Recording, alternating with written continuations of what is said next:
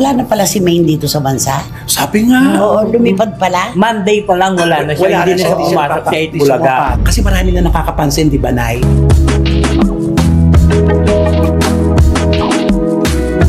Basta, 300 ganun. milyonan po itong pinag-uusapan dito. Hindi po piso, hindi 100 piso. Kaya talagang nasa pool ng todo itong si Congressman Arjo. Kahit nga si Sylvia, kahit sino ang tumawag sa kanya, ayaw na magpa-interview. Oo, di ba?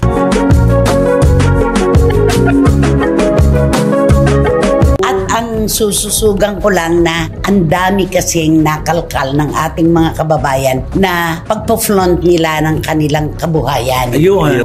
Lahat ng kanilang aksyon nitong mga nakararaang buwan at taon, yun po ay ibinalik ng ibinalik at doon ay sinabi, kaya naman pala.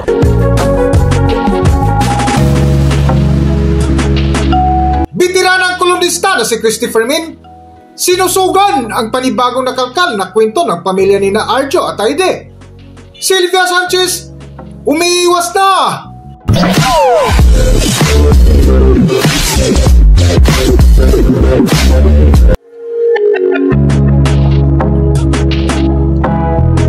Welcome back to Philippine Celebrity Broadcast.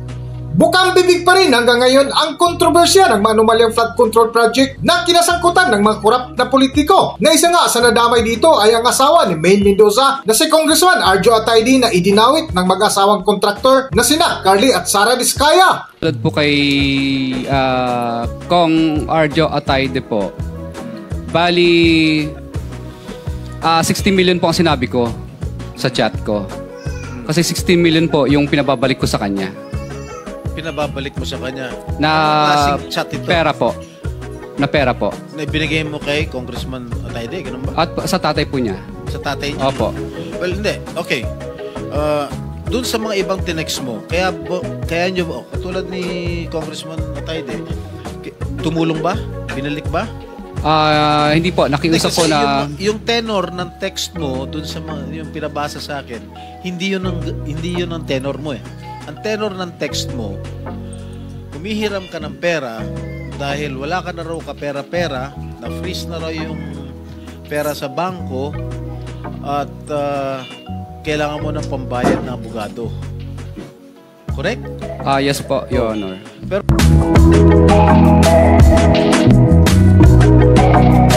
Sa vlog nga ng bitiranang kolumnista si Christopher Min ay mainit pa rin ito sa kanilang paksa na kung saan hinahanap nila ang TV host na actress na si Maine Mendoza. Okay, dito na po tayo sa una. Wala na pala si Maine dito sa bansa. Sabi nga. Oo, lumipad pala. Monday pa lang wala na siya. Wala Hindi na na siya pumasok sa 8 Bulaga. Inaabangan nga siya eh. Bukod dito, may mga araw noon na hindi rin siya pupunta ng 8 Bulaga. di ba, kikwentuhan na natin yan. Diba, di ko siya nakikita eh. Pero mula nung Monday, wala na. Lumipad. Hanggang ngayon, inaabangan siya, wala. Ano sa palagay mo ang dahilan? Bakit umalis siya ng Pilipinas? Siguro sa akin na siguro baka ibig sabihin mag-laylo muna siya. O ibig sabihin aalis muna siya ng stress. Pwede. Sa ano. Wala pong mag-iisip na siya ay tumakbo. Hindi po siya ang pinagbintangan. Siya po ay collateral damage lamang dahil sa kanyang asawang congressman. Kaya hindi pwedeng sabihin na ay tumakbo sa problema. Wala po siyang dapat takbuhan. Ikaw, Romel, ano sa palagay mo? Bakit siya umalis? Alam mo siguro may nagpayo na rin at saka siguro sariling niya na yun na bulisyon na. Kasi marami na nakakapansin, di ba, Nay? Pag nawala sa kanya yung camera sa 8 Bulaga, unaware siya doon. Na yung mga long shots. Diba, Nay? Kasi ang saya-saya ng grupo ng Itbulaga, di ba? Tapos makikita mo sa isang shot, nakaganon siya. Natural na aapektuhan siya.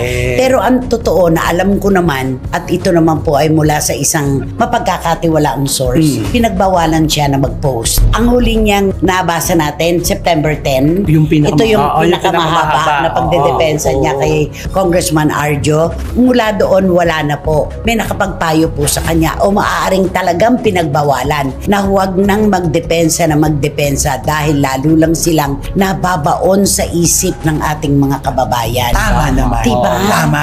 Kasi umingay lalo ang pangalan niya kasi yung nag-post kagad siya ng depensa. Nagdepensa kagad siya na parang, ay, Nagsisimula pa lang yung investigasyon, di ba? Wala pa nga Oo, wala di ba? pa. Pangalan pa lang ang nabanggit. Ito na. Kaya parang, ay, doon pala ikaw mahina. Kaya doon lalo siya, Doon siya pinukol ng pinukol. At saka yun nga lalong nababaon sa halip na siya ay maging asset, naging liability. Yun ang komento ng marami. Dahil, alam mo, pag ikaw ay sumabay sa galit, sabayan mo ang galit ng tao, sabayan mo ng sabayan, lalo ka manenega. Correct. Di ba? Although naiintindihan natin siya, pero ang problema nga, hindi lang naman tayo ang tatlong tao sa mundo. Tayo lang ba magdidesisyon? Correct. Tayo Mas lang ba marami. mag-iisip? Oo. Tayo lang ba ang magbibigay ng opinion? Ang dami-dami naman pong tao na nakakabasa ng kanyang post. Totoo. Natural, binabash siya. Na ikaw, wag mo na ipagtanggol yung asawa mo. Sinabi na merong nakuha ang pera dahil dyan sa katiwalian na yan. Tapos yung tungkol nga dun sa Oo, sa pagpipinag hati-hati na yung creek. Oo, yung Matalahib Creek na Phase 1.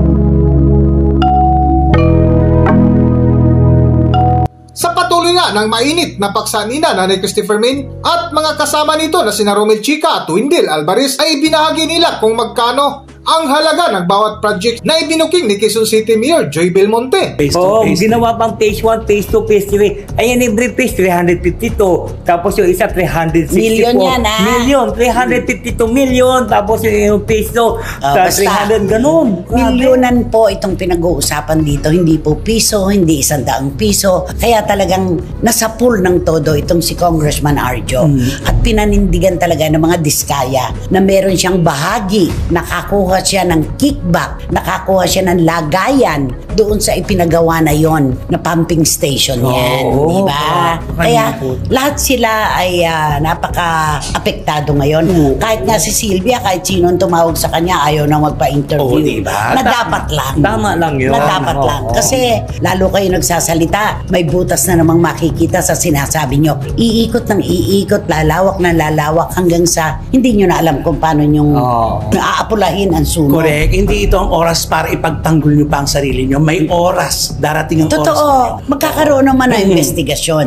May kaso naman, may argumento naman, magtatalo-talo. Diyan po natin malalaman kung may katotohanan ang bintang ng mga diskaya na itong si Congressman Arjo ay meron talagang nakuhang malaking halaga Ayun. dyan na milyon. Di ba? Totoo. Pero sa ngayon, sino makapagsasabi? Wala pa naman, di pa sila hinaharap sa korte. Di ba? Oo, wala pa. Dadalhin pa yun after ng Kasi yung ginagawa lang naman ng Senado, age of legislation. In aid of legislation. Hindi age.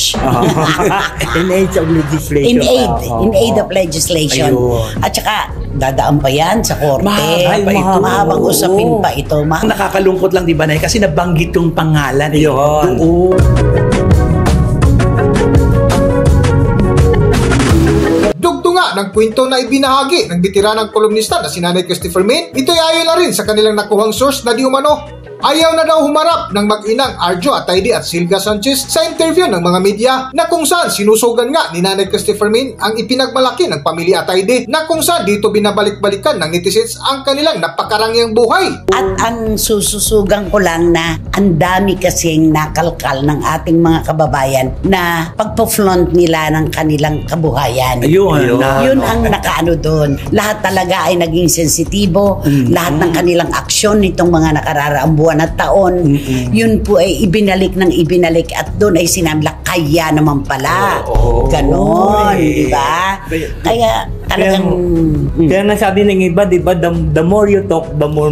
Kaya nga, less talk, less mistake. no talk, no No mistake. mistake. Pero hindi pwede dito yung no talk, no mistake eh.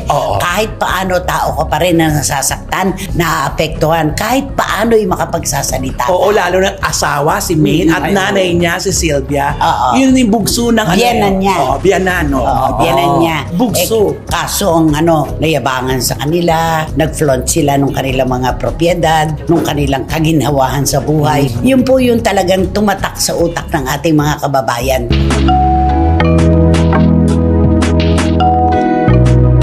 Sa dulo nga ng paksa ni Nanay Christopher Min ay napag-usapan nila ang ari-arian ng isa sa pinakautak ng korupsyon na binalutan na ngayon dahil sa takot na tila ito ang naramdaman ngayon ng pamilya Atayde, lalo na ang mag-inang Arjo Atayde at Sylvia Sanchez. Para sa buong kwento, narito ating panoorin ang video. Kaya ngayon, no, anong nangyayari ngayon? Yung bahay nung tinuturo na pinakamalaking utak sa mga lagayan, binabalutan na. Binalutan na. Naghahakot na ng mga kagamitan. Natatakot sila na batuhin ang kanilang mga tahanan. Kung na buong bahay ko nilang floor yun. Ang taas na nilagay na tarpaulin. Kulay puti. At saka I'm sure, pati sila natatakot na rin lumabas. Ay, oo. Totoo yun. Hindi pa man kasi hinusgahan ka na, di ba? Yun naman na nakakalungkot. Trial by publicity na yan. Nauna na. Iba ang husgado ng bayan. Kahit matatanggap mo talaga. Katulad yung mga pangmaliliit ngayon sa pamilya Atayde, isipin mo bang mangyayari sa kanila yan? Ang feeling nila nun talagang high and mighty sila. So basta nakakagulat ang mga revelasyon ng mga nagdaang mga araw. Yan ang sinasabi na pag yung paghana na ang tumingin sa'yo, talagang isang click lang. Humatol talaga. At saka walang lihim na hindi nabubunyag. Yun na. Kahit ano pa ang gawin, i-sugarcoat mo man yan, talagang lalabas at lalabas ang katotohanan. At yung katotohanan ang nagpapakaba sa mga sangkot sa usapin. Totoo. Yun. Yun ang nakaka-stress kasi alam nila na may dapat silang panagutan, di ba? Iba naman itong problema kay Congressman Arjo, hindi naman natin sinasabi na meron siya talagang kasalanan. Yan po ay iimbestigahan pa. Sila ang kailangan magpatunay sa kanilang mga sarili at sa publiko na wala silang alam dyan.